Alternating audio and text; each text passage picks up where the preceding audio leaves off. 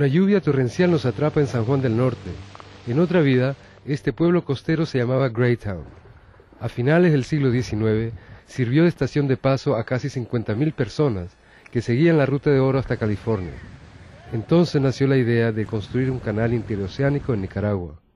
En 1890, John Tyler Morgan empezó a construir el canal aquí, en San Juan del Norte, mientras que los franceses hacían lo mismo en Panamá. Sin embargo, ambos proyectos fracasaron al principio por falta de fondos y complicaciones políticas. Aún en el siglo XXI, el sueño del canal nicaragüense sigue vivo. Hay dos iniciativas privadas de canal seco y un proyecto promovido desde el gobierno de un gran canal fluvial. Pero el más interesante para el río San Juan es el Eco Canal, impulsado por el periodista Tim Kuhn a lo largo de 15 años de arduo trabajo. Un gran canal en Nicaragua sería muy costoso y quizás no muy factible por el costo de construcción, el costo de tarifa, el peaje que hay que cargar. Entonces decidí que sería más factible un proyecto más chiquito para abrir la navegación del lago de Nicaragua con el Caribe y pensar en diseñar el proyecto más por exportaciones e importaciones de Nicaragua, en vez de ser un proyecto interoceánico, de hacer un proyecto más a una escala mucho más modesto.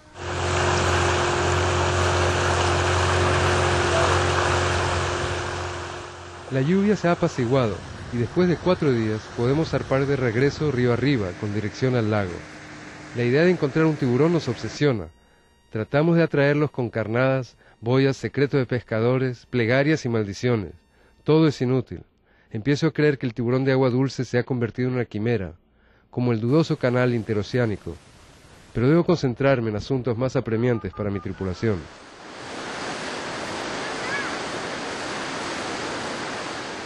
Río arriba, volvemos a franquear el temible raudal Machuca.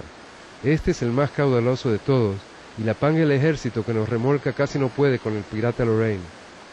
A nuestras espaldas están los restos de un naufragio. Es como una advertencia lapidaria. Los 20 metros de corrientes más fuertes se extendieron a lo largo de 15 minutos de angustia total.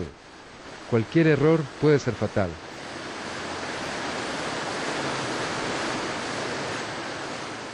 Superado el raudal, decidimos seguir hasta llegar al castillo.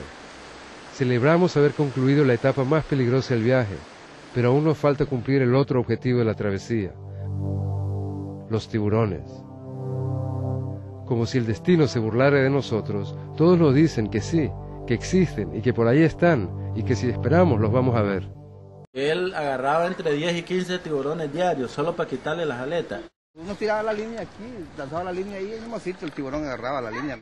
Y eso casi lo hacíamos 2 o 3 veces por semana. Matamos en la semana hasta 15 a 20 tiburones.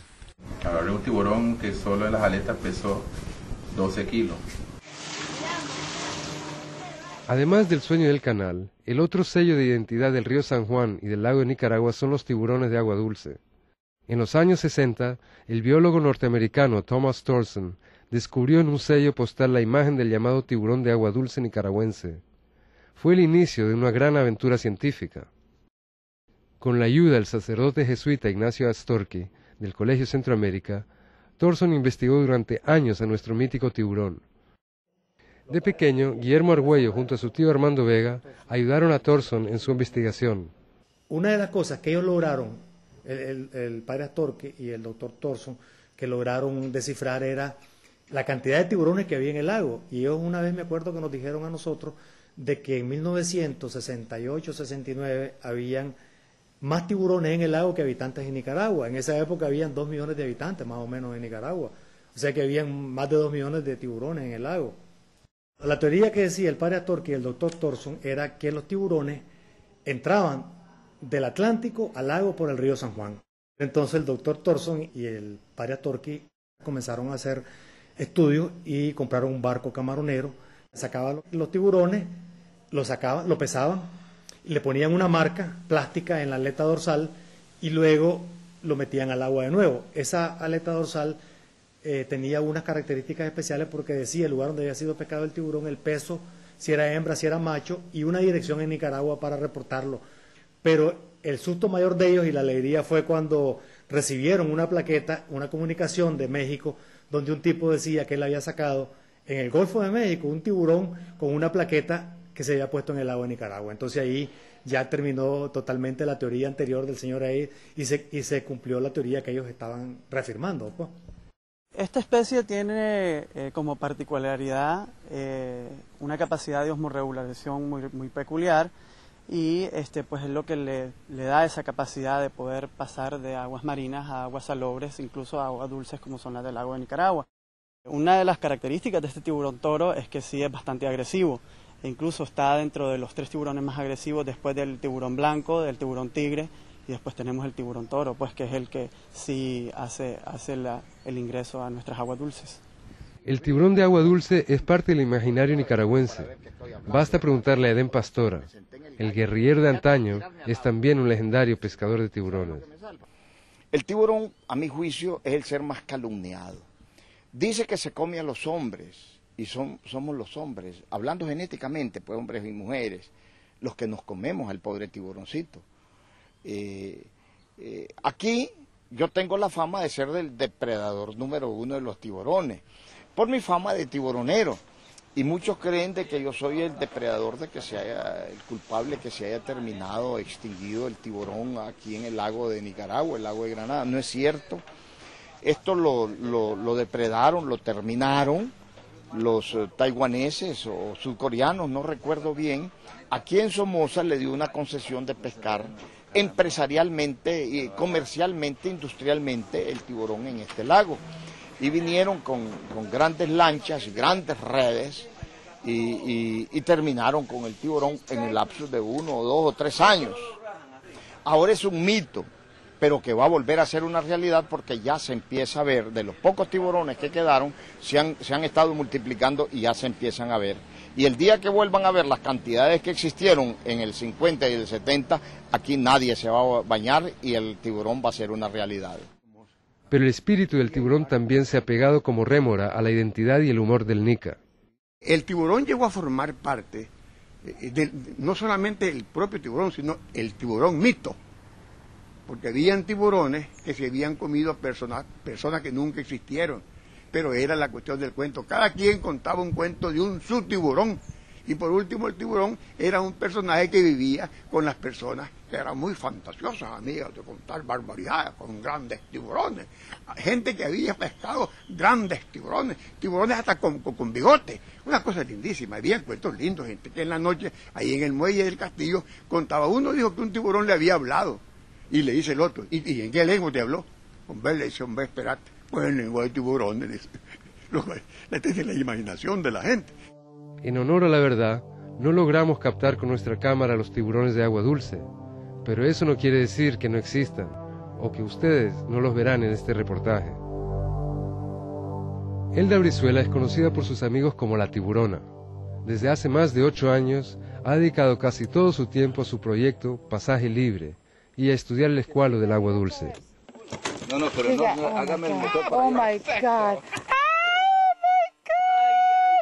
I'm gonna cry. Oh my God. Estas imágenes inéditas fueron tomadas por Elda entre las desembocaduras de los ríos Sarapiquí y Colorado a finales del 2003.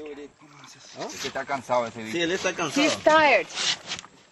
Su meta es restaurar el flujo de estos animales por el río San Juan y el lago Cocibolca. Sí, que lo tenemos que soltar para que no se muera. Exacto, lo tocábamos aquí antes, así. Metámoslo ya. No, metámoslo ya al agua, por favor. Adiós. Hágale caso, no estás al agua, ya lo voy a poniendo el... En el proceso está unificando Nicaragua y Costa Rica. Su intenso cabildeo la ha convertido en amiga del presidente Abel Pacheco, quien se ha comprometido a reforzar las leyes de su país para proteger al tiburón. Ahora Elda espera conseguir lo mismo del gobierno nicaragüense.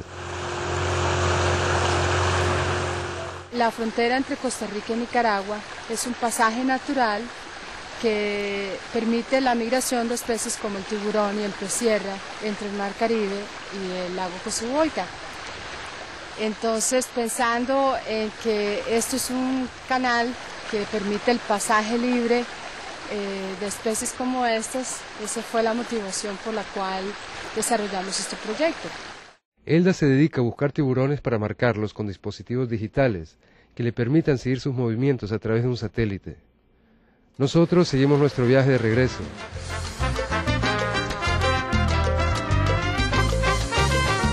Ya van 25 días desde que zarpamos de Granada. Desde San Pancho llegamos a San Carlos a pura vela, río arriba.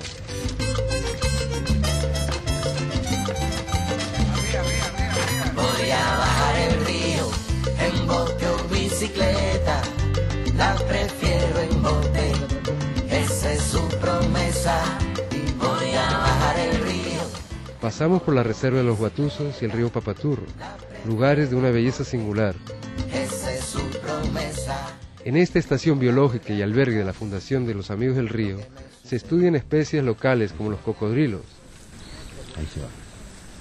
En un estudio que se hizo en el año 2000, fue realizada por Fabio Buitrago, que es especialista en reptiles.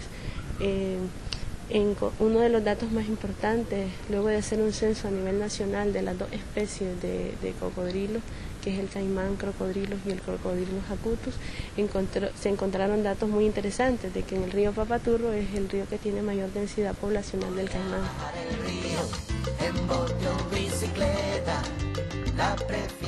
La riqueza de flora y fauna de este lugar es comparable a la del Amazonas. Ahora voy a contarle lo que me sucedió. Un amigo mío por allá leyó de una travesía un río descubrió. Este amigo mío de ella se enamoró. Pasamos por la mágica isla de Ometepe y visitamos el legendario Charco Verde, donde, según las leyendas, Chico Largo transformaba a la gente en ganado. Según los lugareños, aún en las noches se escuchan los lamentos. Con mucha alegría, unos guapos. No hay lamentos en la tripulación del pirata Lorraine. Concluimos sin mayores contratiempos 30 días de viaje, una extraordinaria jornada que nos llevó de Granada hasta el Caribe y de regreso. Sobrevivimos vientos, aguaceros y raudales, y lo más difícil, logramos convivir en un pequeño bote y preservar la amistad intacta. A mediodía del 15 de diciembre, arribamos a las isletas de Granada en total anonimato, como buenos piratas, con un tesoro de cintas de video y muchos recuerdos. Prefiero en bote, esa es su promesa, y voy a bajar el río en bote o bicicleta, la prefiero en bote, esa es su promesa. Ya en el castillo, cuando arribamos, empezamos a ver de qué forma bajamos, y nos encontramos con un chino jodido que nos quiso dar la vuelta en el castillo.